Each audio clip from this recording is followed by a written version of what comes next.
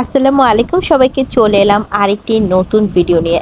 ইদানিং সকালে এত সুন্দর বৃষ্টি হয় যে সকালে ঘুম ভাঙার সাথে সাথেই মনটাও ফ্রেশ হয়ে যায়। তো আসলে সকালের নাস্তার জন্য আমি ঝটপট ভাতের চাল দিয়ে একটা সবজি দিয়ে সিম্পল একটা খিচুড়ি করে নিয়েছিলাম।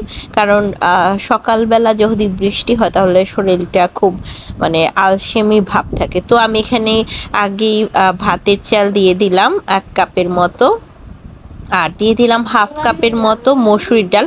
আমি এখানে আজকে আর অন্য কোনো ডাল ইউজ করছি না। আর দিয়ে দিলাম কেটে রাখা আলু আর হচ্ছে পটল।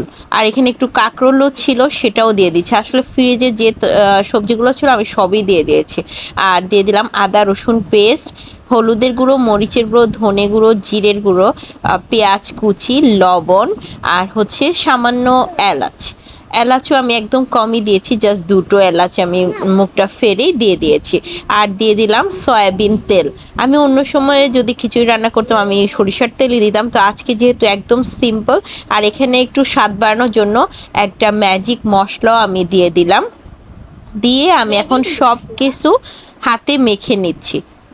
হাতে মেখে নেওয়ার পর আমার যে খিচুড়ির যে মশলাটা খুব ভালোভাবে চাল ডাল সবজির সাথে মিশে গিয়েছে। তো এভাবে করলে খুবই মজা হয়। তো আমি এখানে কিছু ফ্রেশ লাল শাক ছিল আমার, সেটাও আমি কয়েকটা দিয়ে দিলাম। জাস্ট ধুয়ে পরিষ্কার করে আমি জাস্ট পাতাগুলোই আমি এখানে দিয়ে দিয়েছি। এখন আমি চুলার উপর বসিয়ে কষাতে দিয়েছি। কষানোর পর যে আমার এক্সট্রা পানিটুকু ছিল সেটাও একদমই শুষে নেওয়া পর্যন্ত আমি এটাকে ভেজে নিচ্ছি। চালটাকে একদম ভাজা ভাজা হয়ে যাওয়ার পর আমি এখানে অ্যাড করে দিব গরম পানি।